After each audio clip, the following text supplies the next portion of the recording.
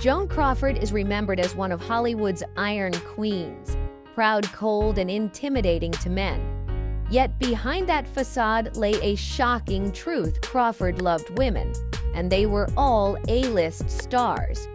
Before her death, Crawford allegedly revealed the names of 10 women she had dated, from the sex symbol of the silver screen to Broadway's defiant man in a dress, and even the woman dubbed the First Lady of MGM. So, which stars truly passed through Joan Crawford's life, and why did she keep this list hidden for decades? Joan Crawford's life was one of the most dramatic tragedies of Hollywood's golden era. She was born into poverty, abandoned by her father, and abused by her stepfather.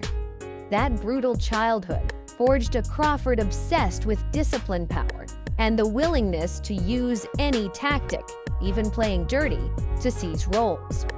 When she signed with MGM, Crawford quickly ascended to stardom, but simultaneously became the sworn rival of many actresses. She was notorious for her diva demands and her determination to always be the brightest star in the room. Crawford also suffered from obsessive-compulsive disorder. She managed her image like a military campaign, never appearing without makeup, always dressed lavishly, even inside her own home. Christina Crawford, her adopted daughter, described in her memoir, Mommy Dearest, 1978, the hellish days of being forced to clean in the middle of the night and live under the crushing weight of her mother's obsession with perfection. But even these scandals were not the most shocking part of Joan Crawford's life. Hollywood has long tried to bury a secret. Crawford had numerous affairs with A-list actresses, and the very first name on that list is enough to leave you stunned. An icon of the century. 1. Marilyn Monroe. Joan was insane. She wanted me to call her mother all night. To the public, Monroe was forever a sex symbol. But in the 1950s, the bombshell blonde became Crawford's prey in a twisted game of power. Their connection began at a lavish party. That night, Joan Crawford arrived like a queen, a black gown hugging her body. Cold eyes, her hand resting lightly on a gentleman's arm. Monroe, on the other hand, sat alone in a corner, weary eyes and lips pressed to a glass of wine after days of depression. Crawford made the first move. She leaned in close, her breath against Marilyn's ear. "You know, every man here only wants to turn you into an ornament." The words were a spark to Marilyn's hollow heart. Their eyes locked, a sly smile flickered, and within minutes, a limousine whisked them away into the night. What followed was a storm. Whiskey candlelight giggles turning into gasps, bodies colliding with violent passion. Crawford led like a tyrant. Monroe, innocent yet craving, surrendered, consumed entirely. A servant later recalled, "All night I heard laughter mixed with moans, the crash of furniture. When I entered in the morning, it looked like the aftermath of a hurricane: rumpled sheets, shattered glasses on the floor. Marilyn's red silk dress tossed carelessly on the sofa, proof of a battlefield." Monroe herself later confessed to close friends Joan was insane. "She wanted me to call her mother all night. I've never seen anyone so hungry for control." After that night, Marilyn avoided Crawford. Whenever they crossed paths, Monroe would look away. Crawford, however, was unfazed. She told colleagues, "She's too weak. A woman like that will never last long in this town."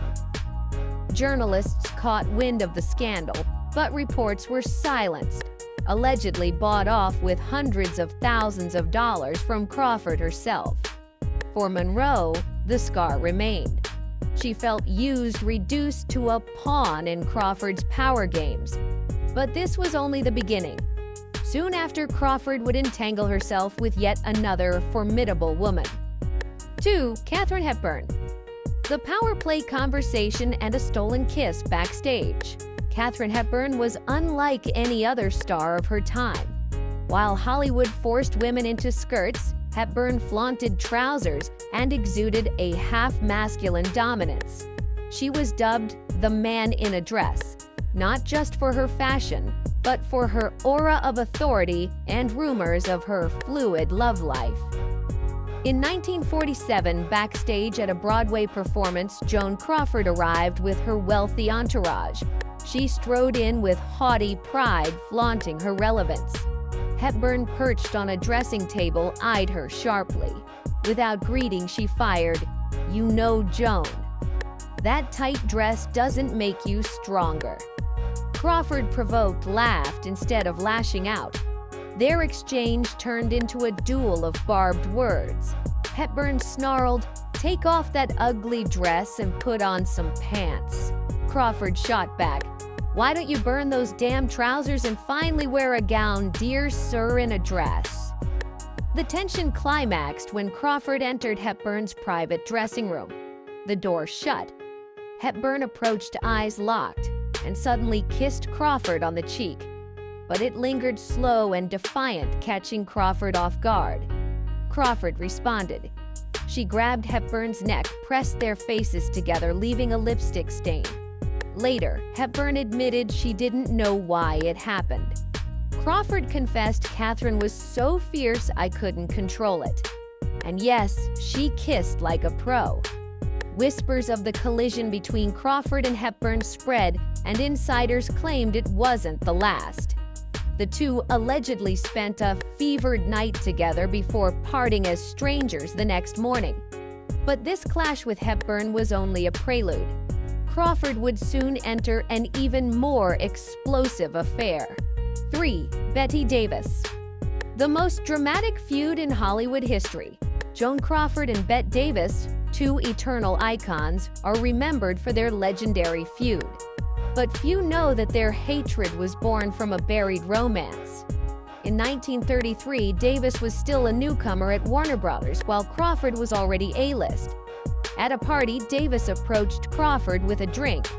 They clicked, and within weeks they began secret rendezvous at Crawford's West Hollywood apartment. But the affair shattered when Franco Tone entered. Davis loved him madly, but Tone married Crawford in 1935. For Davis, it was devastating, betrayed by a man, and by the very woman she'd shared a bed with. Love turned into loathing. Davis publicly swore, "I will hate Joan Crawford until my last breath." By the late 1940s, Hollywood buzzed about a drunken brawl at a party, Crawford and Davis first kissing wildly, then clawing at each other's hair, all for the attention of a young director. A witness gasped, "I couldn't tell if they were making love or war." The climax came in 1962 when they starred together in Whatever Happened to Baby Jane. On screen, audiences saw two women at war. Off-screen, the hatred was real.